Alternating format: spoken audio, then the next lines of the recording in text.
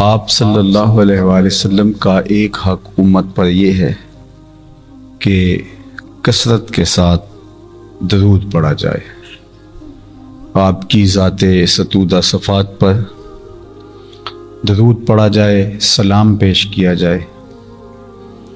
یہ حضور علیہ السلام کا امت کے اوپر حق ہے، اور یہ حق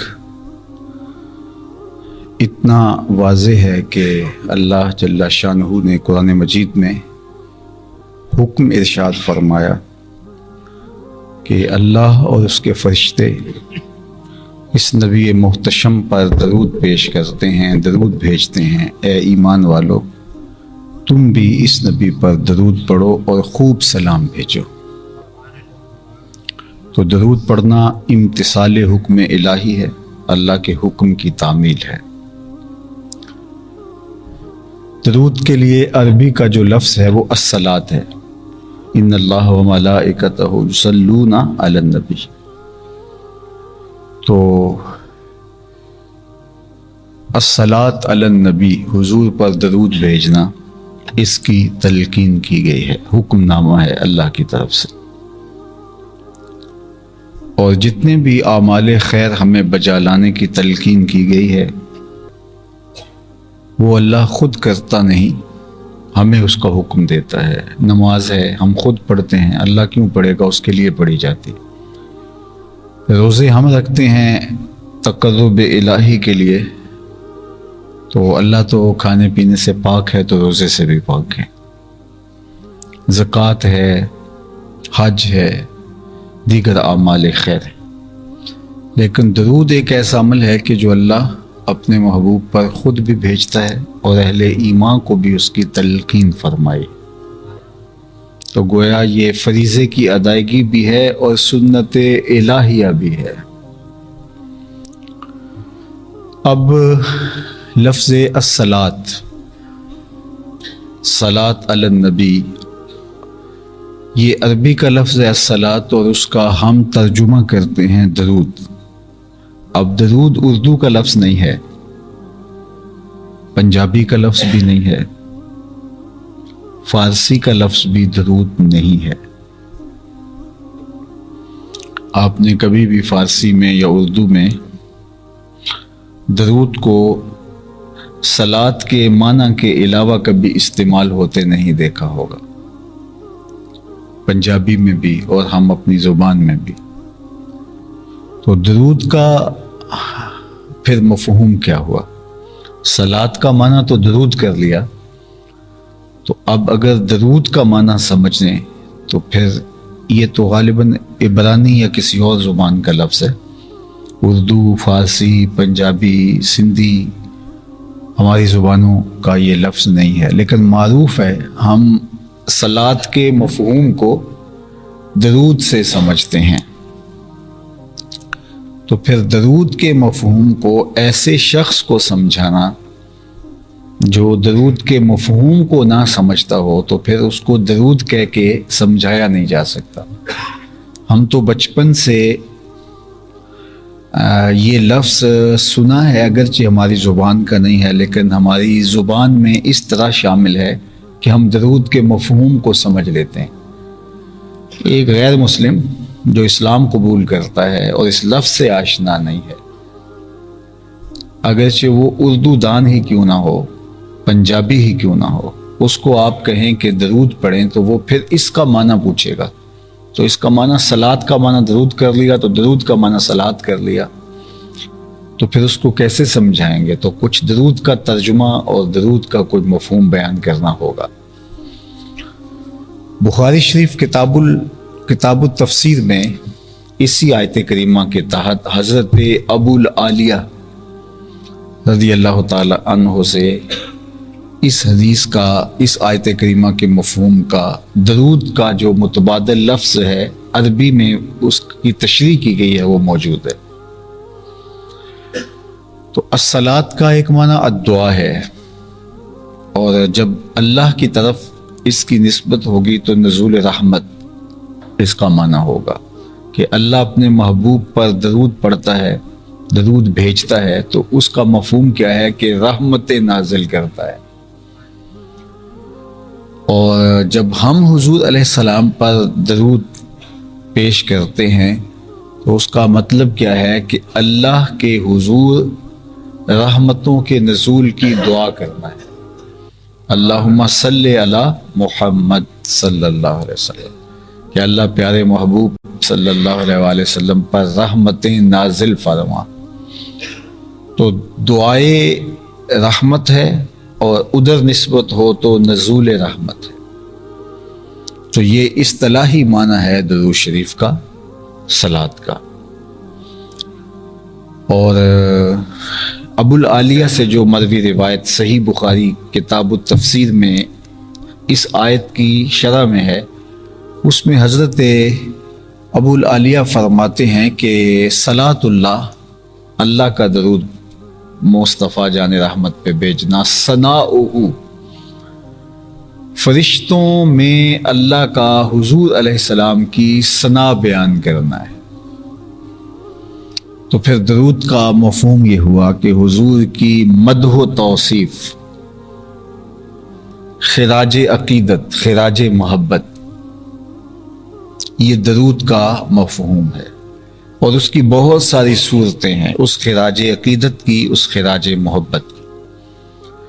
لیکن سب سے بہتر صورت اس کی اللہ سے نزول رحمت کی دعا ہے کہ اللہ اپنے محبوب کو ان کی شان کے مطابق مراتب رفیع سے فائز المرام فرما، اور اپنی شان کے مطابق اور محبوب کے مقام کے مطابق ان پر رحمتوں کا نزول فرما.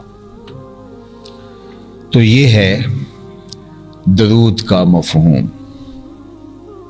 تو کثرت کے ساتھ حضور علیہ السلام پر درود پڑھنے کی تلقین کی گئی، اور یہ حضور علیہ السلام کا حق ہے اور اللہ کے حکم کی تعمیل ہے اور امتثال امر الہی ہے، اور فرشتوں کی موافقت ہے.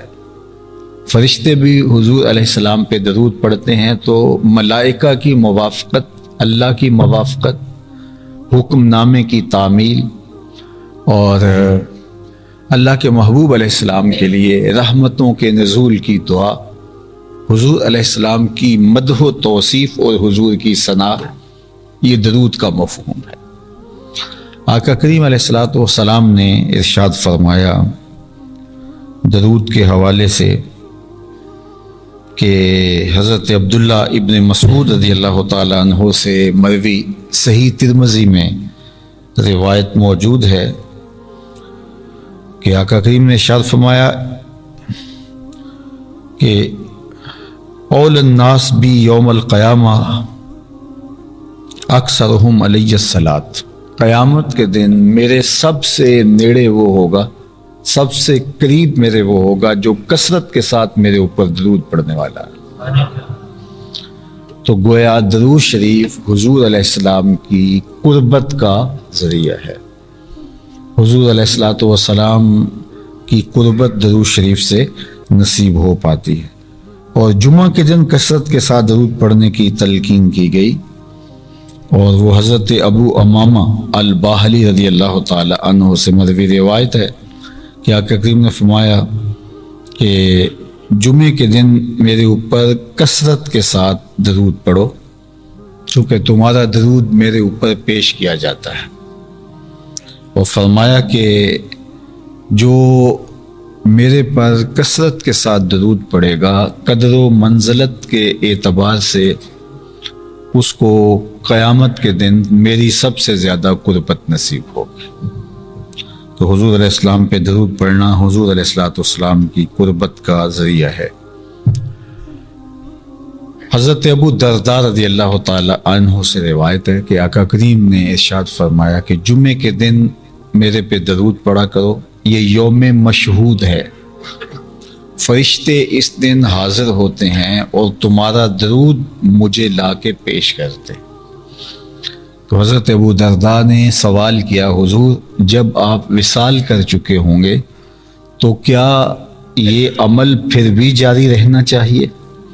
یعنی آپ کی حیات طیبہ میں تو ہم آپ پر کثرت کے ساتھ درود پڑھیں اور جمعہ کے دن خاص طور پہ درود پڑھیں. یوم مشہود ہے، فرشتے روئے زمین پہ پھیل جاتے ہیں، اور جو بھی درود پڑھتا ہے اس کا درود بارگاہ رسالت مآب صلی اللہ علیہ وآلہ وسلم میں جا کے پیش کر دیتے. تو یہ تو آپ کی حیات طیبہ میں ہوا، اور جب آپ وصال کر جائیں گے تو کیا اس وقت بھی یہ عمل اسی تسلسل سے جاری رہنا چاہیے؟ تو حضور نے اس کا جواب صرف نعم، ہاں، اس سے نہیں دیا، بلکہ سوال جہاں سے پیدا ہوا تھا اس کا جواب دیا، جو محرکات تھے سوال کے، کہ آقا کریم اس کا جواب دیا. وہ سنو، آقا کریم نے فرمایا ان اللہ حرم علی الارض ان تاکل اجساد الانبیاء فنبی اللہ حی یرزق. اللہ نے مٹی پر حرام کر دیا ہے کہ وہ نبیوں کے جسموں کو کھائے. نبی قبروں میں زندہ ہوتے ہیں اور ان کو رزق بھی دیا جاتا ہے. تو یہ عمل، یہ تسلسل میرے وصال کے بعد، میرے انتقال کے بعد، میرے اس دنیا سے کوچ کر جانے کے بعد بھی جاری رہنا چاہیے. اور جمعہ کے دن کثرت کے ساتھ میرے اوپر درود پیش کرو، کثرت کے ساتھ میرے اوپر سلام پیش کرو. اس کی تائید میں ایک اور روایت آپ کے سامنے رکھنا چاہتا ہوں، جو امام ابو داود نے روایت کی کتاب المناسک میں، باب زیارت القبور میں، کہ حضرت ابو ہریرہ رضی اللہ تعالیٰ عنہ فرماتے ہیں کہ آقا کریم نے ارشاد فرمایا ما من احد یسلم علی الا رد اللہ علی روحی حتی ارد علیہ السلام، کہ کہیں سے جب بھی کوئی میرے اوپر درود پڑتا ہے تو اللہ میری روح کو میرے بدن میں لٹا دیتا ہے، حتیٰ کہ میں اس کے سلام کا جواب دیتا. کہیں سے بھی کوئی مجھے سلام پیش کرتا ہے تو اللہ میری روح لٹا دیتا ہے اور میں اس کے سلام کا جواب ارشاد کرتا. تو کوئی لمحہ ہے جس لمحے حضور پہ سلام نہ پیش کیا جا رہا ہو؟ تو آقا کریم اپنے غلاموں کے سلام کا جواب بھی ارشاد فرماتے ہیں. ایک سادہ سا شعر ہے، مجھے تو بہت اچھا لگتا ہے، کہ درود پڑھنے سے ثواب ملتا ہے، سلام کہنے سے جواب ملتا ہے. تو فرمایا کثرت کے ساتھ میرے اوپر درود پڑھو. اور وہ کتنی کثرت کے ساتھ پڑھنا چاہیے؟ حضرت ابی بن کعب رضی اللہ تعالی عنہ سے ہی یہ ساری کہانی سن لیجیے.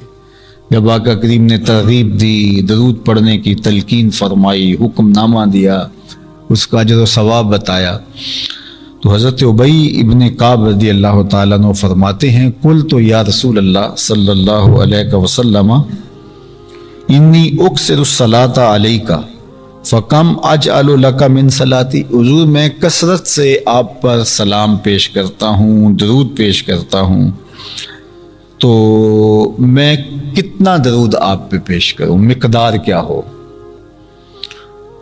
فقال، تو آقا کریم نے فرمایا ما شئت، جتنا تمہارا جی چاہے، جتنی تمہاری طبیعت ہو، جتنی تمہاری مرضی ہو. قال قلت الربع، میں نے کہا حضور میں چوتھا حصہ درود پڑھا کروں گا، باقی 3 حصے باقی وظائف اور معمولات اختیار کیے رکھوں گا. قال ما شئت، فرمایا بہت اچھا، یہ تمہاری پسند، تمہاری چوائس، لیکن فَإِن زِدْتَ فَهُوَ خَيْرٌ لَكَ، لیکن اگر درود کی مقدار بڑھا دو تو تمہارے لیے بہتر ہوگا. قلت النصف، میں نے کہا حضور میں آدھا وقت درود پڑھا کروں گا اور آدھا باقی وقت دوسرے وظائف کو دیا کروں گا. قال ما شئت فَإِن زِدْتَ فَهُوَ خَيْرٌ لَكَ، فرمایا تمہاری مرضی، لیکن اگر درود کی مقدار بڑھا دو تو تمہارے لیے بہتر ہوگا. قال قلت فالثلثین، تو میں نے کہا کہ حضور میں 3 حصے درود پڑھا کروں گا اور 1 حصہ، چوتھا حصہ باقی وظائف کیا کروں گا. قال ما شئت، فرمایا تمہاری مرضی. فَإِن زِدْتَ فَهُوَ خَيْرٌ لَكَ، لیکن درود کی مقدار کو بڑھا دو تو تمہارے لیے بہتر ہوگا. قلت اجعل لَكَ صلاتی کلھا، حضور میں سارے جو ہے وہ نفلی وظائف چھوڑ کر کے آپ پر درود ہی پڑھا کروں گا، میں ہمہ وقت ہی درود پڑھا کروں گا. فقالا اذن تکفى حمک ویغفر لک ذنبک، آقا کریم نے فرمایا پھر تمہارے پریشانیوں کے لیے کافی ہو جائے گا اور تمہاری بخشش اور نجات کے لیے یہ کافی ہو جائے گا، تم بخش بھی دیے جاؤ گے اور تمہارے قریب دکھ اور اذیت اور پریشانیاں بھی نہیں آئیں گے۔ اللہ اکبر۔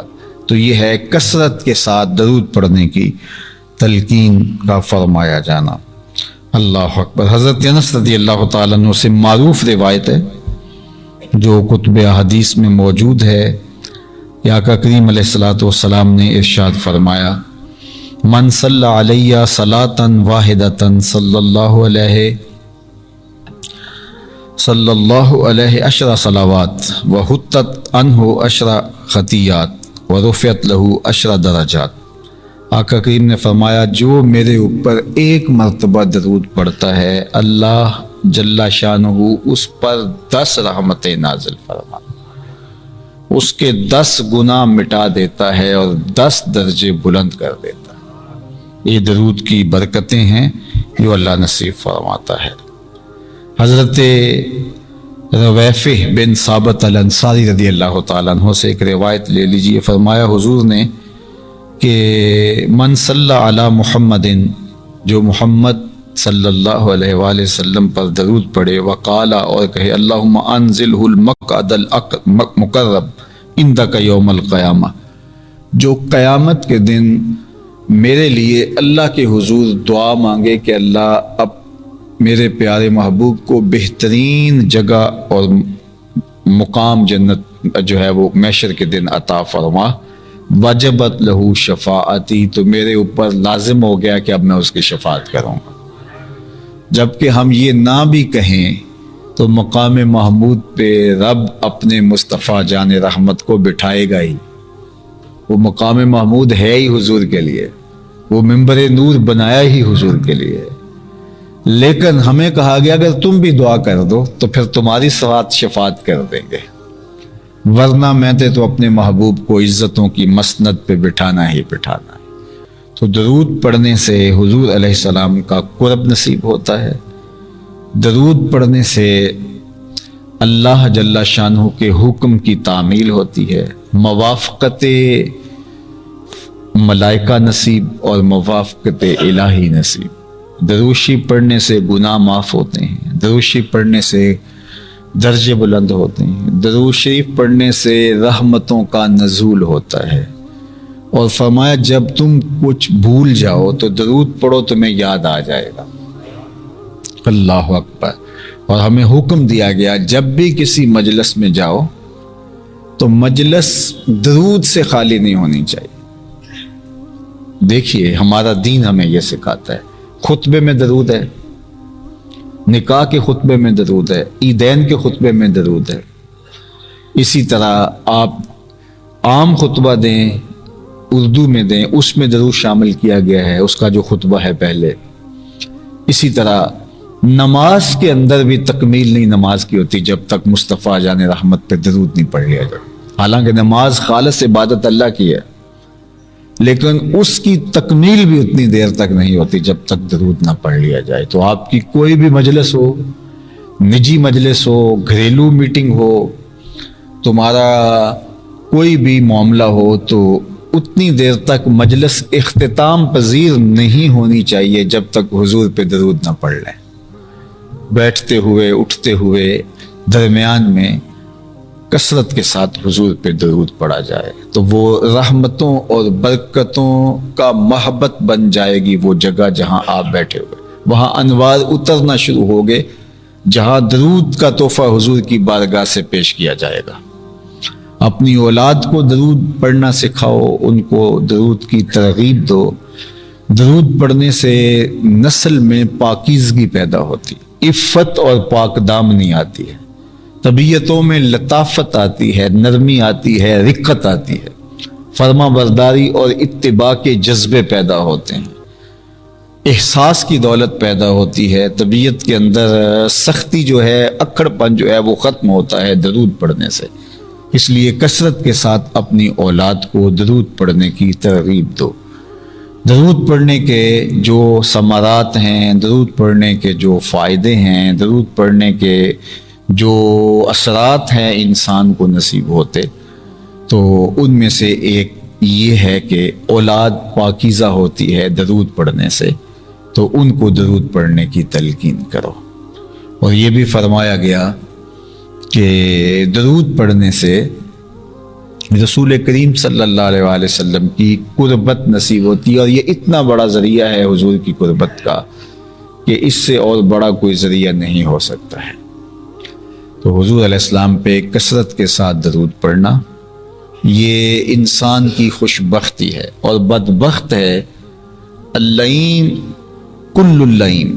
حضور نے فرمایا وہ شخص کمینہ ہے، مکمل کمینہ ہے، جس کے سامنے میرا ذکر کیا جائے اور وہ میرے اوپر درود نہ پڑے۔ اور بعض روایت میں فرمایا البخیل کل البخیل، وہ شخص بخیل ہے، مکمل بخیل، کنجوس ہے پرلے درجے کا، کہ جس کے سامنے میرا نام لیا جائے اور وہ میرے اوپر درود نہ پڑے۔ تو حضور علیہ الصلاۃ والتسلیم پہ درود پڑھنا آقا کریم کی قربت کا سبب بھی ہے، اور یہ اپنے باطن کو بخل سے، اپنے باطل کو لئیم پن سے بچانے کا ذریعہ بھی ہے۔ درود شریف پڑھنے سے انسان کے عقائد میں حسن اور جمال پیدا ہوتا ہے، خوبصورتی آتی ہے۔ بالخصوص فتنوں کے زمانے میں جب بہت سارے فرق اور ترک ہو جائیں، پتہ ہی نہ چل رہا ہو، تو درود پڑھنے والوں کو اللہ باطنی رہنمائی عطا کر دیتا ہے۔ حضرت امام زین العابدین سے کسی نے کہا کہ حضرت جب کثرت سے فرق اور ترک ہو جائیں گے اور ہر شخص مدعی ہوگا کہ میں ہی حق پہ ہوں، اور ہر شخص قرآن اور حدیث کی بات اپنے ہاتھ میں لیے کھڑا ہوگا اور اپنی طرف کھینچ رہا ہوگا، تو ایک عام آدمی کے لیے تو مشکل ہوگا انتخاب کرنا کہ وہ کدھر جائے۔ تو بتائیں کہ ہم کس طبقے کے ساتھ، کس گروہ کے ساتھ شامل ہوں، حق والے کون ہوں گے؟ تو امام زین العابدین نے کہا کہ جو اہل السنہ ہیں وہی اہل حق ہوں گے۔ تو امام زین العابدین سے اس نے دوسرا سوال کیا کہ اس ٹائٹل کے ساتھ اگر بہت سارے لوگ موجود ہوں تو ان میں پھر کیسے پتہ چلے گا کہ آگے ان میں حق والا کون ہے؟ تو امام زین العابدین نے جو بات ارشاد کی وہ ہمیں اس پہ عمل پیرا ہونا چاہیے۔ انہوں نے کہا من علامات اہل سنہ کثرت الصلاۃ علی رسول اللہ۔ کہا میں تمہیں نشانی یہ بتاتا ہوں کہ کثرت کے ساتھ حضور پہ درود پڑھنے والوں کے ساتھ جڑ جانا۔ تو کثرت کے ساتھ درود پڑھیں، اور تاکہ جو ہے وہ ہمیں عقیدوں کی صحت، عقیدوں کا جمال اور عقیدوں کا نور نصیب ہو جائے، اور عقیدوں کی خوبصورتی ہمارا مقصوم ہو۔ تو اس لیے ہمیں کثرت کے ساتھ درود پڑھنے کی تلقین کی گئی، درود پڑھنے کی، سلام پیش کرنے کی ہمیں تلقین کی گئی۔ جس طرح درود پڑھنے کا حکم ہے سلو کے ساتھ، اس طرح وسلمو کے ساتھ سلام پیش کرنے کا بھی حکم ہے، اور سلمو کے ساتھ جو ہے وہ تاکید بھی ہے تسلیماً کی، کہ میرے محبوب پر تم درود بھی پڑھو اور سلام بھی پڑھو، اور سلام خوب پڑھو۔ وسلمو تسلیما، حالانکہ سلمو سے جو اللہ جل شانہ ارشاد فرمانا چاہ رہا تھا وہ فرما دیا، لیکن تسلیماً کی تاکید اس لیے لگائی تاکہ کوئی اس معاملے کے اندر کوتاہی کا ارتکاب نہ کرے، تو درود بھی پیش کرے اور سلام بھی پیش کرے۔ درود پڑھنے سے قربت حضور کی نصیب ہوتی ہے، اور سلام پڑھنے سے حضور سے معرفت پیدا ہوتی ہے۔ میں روز گزرتا ہوں، ایک شخص کھڑا ہو کہتا ہے السلام علیکم، دوسرے دن پھر گزرا، پھر کہا السلام علیکم، تو تیسرے دن توجہ کروں گا اور چوتھے دن پوچھوں گا اس کا نام کیا ہے، پانچویں دن پوچھوں گا یہ کس کا بیٹا ہے، بہت اچھا ہے، روز سلام کرتا ہے، تو میری اس سے شناسائی ہو جائے گی۔ تو جو روز حضور کو سلام پیش کرتا ہے، اور حضور نے فرمایا کہ اللہ جل شانہ میرے جسم اطہر میں روح کو لٹا دیتا ہے، اور میں سلام کرنے والوں کے سلام کو سنتا ہوں۔ اور بعض روایت میں کہ اللہ نے فرشتے مقرر کر رکھے ہیں جو سلام پیش کرنے والوں، درود پیش کرنے والوں کے درود کو اور سلام کو میری بارگاہ میں پیش کرتے ہیں۔ تو ایک شخص کا روزانہ کئی بار سلام پیش ہوتا ہے، درود پیش ہوتا ہے، تو حضور سے اس کی معرفت ہوگی، حضور سے اس کی پہچان ہوگی۔ کتاب کا نام ہے ابن ابی دنیا، حدیث کی کتاب ہے، لیکن جس طرح بخاری اور مسلم سے ستہ کا درجہ ہے، یہ اس درجے کی کتاب نہیں ہے، لیکن سند کے ساتھ حدیث اس میں مذکور ہے۔ اس حدیث کا نام ہے حدیث بطاقہ، اس کو محدثین کہتے ہیں، یہ حدیث بطاقہ ہے۔ جو لوگ عرب ممالک میں رہے ہیں تو وہ جب پرچی کاٹ کے دیتے ہیں تو اس کو بطاقہ کہتے ہیں، کاغذ کے ٹکڑے پر کوئی چیز لکھ کے دیتے ہیں تو اس کو وہ کہتے ہیں یہ بطاقہ ہے۔ تو حدیث بطاقہ اس کا نام ہے کہ حشر کا دن ہوگا اور حضور علیہ السلام حشر کے دن ایک جگہ پہ منبر نور پہ تشریف فرما ہوں گے، اور ایک شخص کو فرشتے کھینچ کر کے جہنم کی طرف لے جا رہے ہوں گے۔ اچانک اس کی حضور پہ نگاہ پڑے گی تو وہ حضور علیہ السلام کو پکارے گا، تو آقا کریم اس کی مدد کے لیے پہنچیں گے، اتنی تیزی سے اٹھیں گے کہ چادر کا ایک کونا حضور کے کندھے پہ ہوگا اور دوسرا زمین پہ گسڑ رہا ہوگا۔ یہ حضور کی محبت کو بیان کرنے کے لیے بیان فرمایا گیا کہ حضور یعنی اتنی فرصت بھی نہیں لیں گے کہ اس چادر کو اچھی طرح سے لپیٹ لیں، بلکہ ایک کونا کندھے پہ ہوگا اور دوسرا زمین پہ گسڑ رہا ہوگا، اور آقا کریم فرشتوں سے کہیں گے اس کو کہاں لے جا رہے ہو؟ تو وہ کہیں گے کہ نامہ اعمال تولا گیا، نیکیاں اس کی تھوڑی ہیں، گناہ زیادہ ہیں، اس لیے اس کو جہنم لے جا رہے ہیں۔ تو اللہ کے محبوب فرمائیں گے کہ اس کا نامہ اعمال دوبارہ تولا جائے۔ اب حشر کا دن ہے، فرشتوں نے تول لیا ہے، اب دوبارہ، لیکن فرشتوں کو کوئی اعتراض نہیں ہوگا، وہ جانتے ہوں گے کہ صدر دیوان حشر یہی سرکار ہیں، لہٰذا دوبارہ نامہ اعمال نصب کر دیا جائے گا۔ جب تولا جائے گا تو واقعی نیکیاں تھوڑی اور گناہ زیادہ۔ تو آقا کریم علیہ الصلوۃ والسلام ایک کاغذ کا ٹکڑا بطاقہ اس کی نیکیوں والے پلڑے میں رکھ دیں گے تو وہ بھاری ہو جائے گا، تو اس کو جنت کا حکم ہو جائے گا، تو عرض گزار ہوگا کہ میرے ماں باپ آپ پہ قربان، اس میں کیا تھا؟ تو کہا کہ خلوص کے ساتھ تنہائی میں تیرا پڑا ہوا درود تھا۔ تو درود مغفرت کا ذریعہ ہے، غفران کی ضمانت ہے، حضور کی قربت کا ذریعہ ہے۔ جس صیغے کے ساتھ پڑھنا چاہیں آپ کو شریعت نے کوئی پابند نہیں کیا۔ درود ابراہیمی افضل ترین درود ہے، اس کے ساتھ سلام بھی ہونا چاہیے، چونکہ وہ اکیلا درود، اگر وہ پڑھے تو ساتھ سلام بھی پڑھیں۔ باقی مختلف اوقات میں مختلف درود ہیں، جو بعد میں بھی کچھ درود ہیں کہ جو بعد میں لوگوں نے جو ہے وہ ضرورت کے تحت مختصر درود بھی بنائے، تو یہ کوئی شریعت میں ممانعت نہیں ہے۔ مجھے بہت پرانی بات یاد ہے کہ ایک صاحب کہنے لگے کہ صرف درود ابراہیمی پڑھنا چاہیے۔ میں نے کہا درود ابراہیمی بھی پڑھنا چاہیے، اور بھی جتنے درود ہیں، اس میں تو آپ ضد کر رہے ہیں، اہل علم کے ہاں تو کوئی اس میں اختلاف نہیں ہے۔ تو کہتے ہیں نہیں، مطلب کہ درود ابراہیمی ہی پڑھنا چاہیے۔ تو میں نے کہا کہ یہ کس کا نام لیتے ہوئے درود ابراہیمی پڑھنا چاہیے؟ تو کہتا ہے کہ اللہ کے نبی صلی اللہ علیہ وآلہ وسلم کا۔ تو میں نے کہا آپ نے صلی اللہ علیہ وسلم کیوں کہا؟ آپ کو کہنا چاہیے تھا کہ اللہ کے نبی اللہم صلی علی محمد وعلی آل محمد کما صلیت علی ابراہیم وعلی آل ابراہیم انک حمید مجید کا نام لیتے ہوئے۔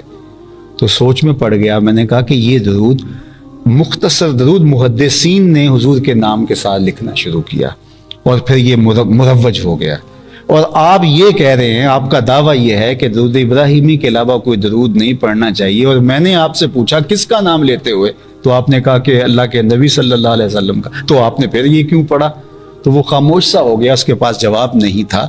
تو بعض ضدیں ایسی ہوتی ہیں، اہل علم میں اس میں کوئی اختلاف نہیں ہے، اختلاف ہے مخاطبت کے صیغے کے ساتھ، یعنی ایک طبقہ کہتا ہے کہ الصلاۃ والسلام علیک یا رسول اللہ نہیں کہنا چاہیے، یہ جو ہے وہ حاضر کا صیغہ ہوتا ہے، لیکن اس میں بھی پھر آگے دو صورتیں بن جاتی ہیں۔ بعض نے کہا کہ جو ہے وہ اس کو شوقیہ طور پہ کہہ سکتے ہیں، حکایت کے طور پہ کہہ سکتے ہیں، انشاء کے طور پہ نہیں کہتے۔ اور السلام علیکہ ایھا النبی جس طرح کہا جاتا ہے تو وہاں تو مخاطبت سے کہا جاتا ہے، لیکن بعض لوگ پھر اس کی بھی تعویل کرتے ہیں کہ نہیں، اس کو ہم بطور حکایت کہتے ہیں، یعنی یہ واقعہ ہوا تھا معراج میں اور یہ اس کی حکایت ہے، یعنی یہ مخاطبت نہیں ہوتی۔ تو اگر مخاطبت نہیں ہے تو پھر سلام کس کو پیش کر رہے ہیں؟ تو یہ عجیب سی کہانی ہے۔ اور کچھ دوستوں نے، اب تو نئی کتابیں مارکیٹ میں بھی آ گئی ہیں، تو السلام علیکہ ایھا النبی جو نمازیں چھپی ہیں نئی، اس میں سے نکال دیا گیا ہے، تو السلام علی النبی کر دیا گیا ہے کہ یہاں ہم پھنس رہے ہیں تو چلو تھوڑی سی تبدیلی کر لیں۔ صحیح ابن خزیمہ سے ایک روایت لے کر آئے ہیں۔ تو بہرحال یہ ایک اختلافی بات ہے، اور میرا روح سخن یہی ہوتا ہے کہ جتنا بچا جائے اتنا بہتر ہے۔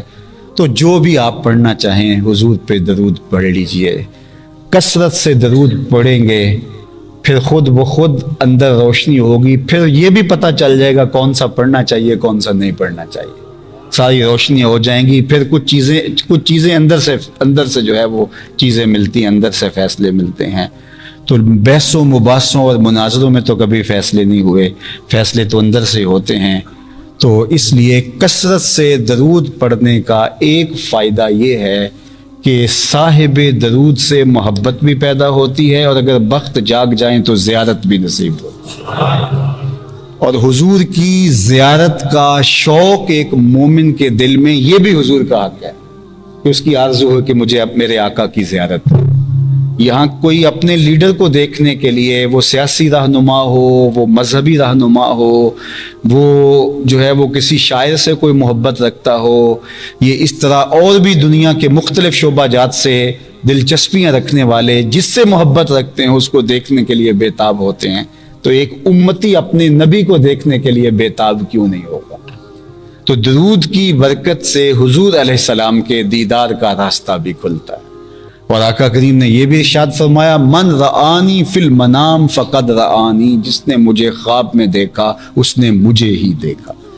شیطان خواب میں آ کر بھی میری مثل ہونے کا دعویٰ نہیں کر سکتا۔ اور پھر یہ بھی ارشاد فرمایا، من رآنی فی المنام فسیرانی فی الیقظہ، جس نے مجھے خواب میں دیکھا ان قریب جاگتے بھی دیکھ ہی لے گا۔ ساری زندگی نہ دیکھ سکا، جب سانس ٹوٹ رہی ہوگی رخ محبوب سامنے ہوگا، اور اگر اس وقت حضور کا دیدار ہو جائے تو بتاؤ اور کیا چاہیے۔ سوکھا نکلے سا ظہوری جے ویخ لواں مکھ تیرا۔ تو جس نے حضور کو خواب میں دیکھنے کا شوق سینے میں رکھا ہو، اس کے لیے بہترین وظیفہ یہ ہے کہ وہ حضور پر درود پڑھے۔ اس کا نتیجہ یہ ہے کہ کثرت درود سے صاحب درود کا دیدار نصیب ہوگا۔ تو یہ ہے درود شریف حضور کا حق جو امت کے اوپر لازم ہے۔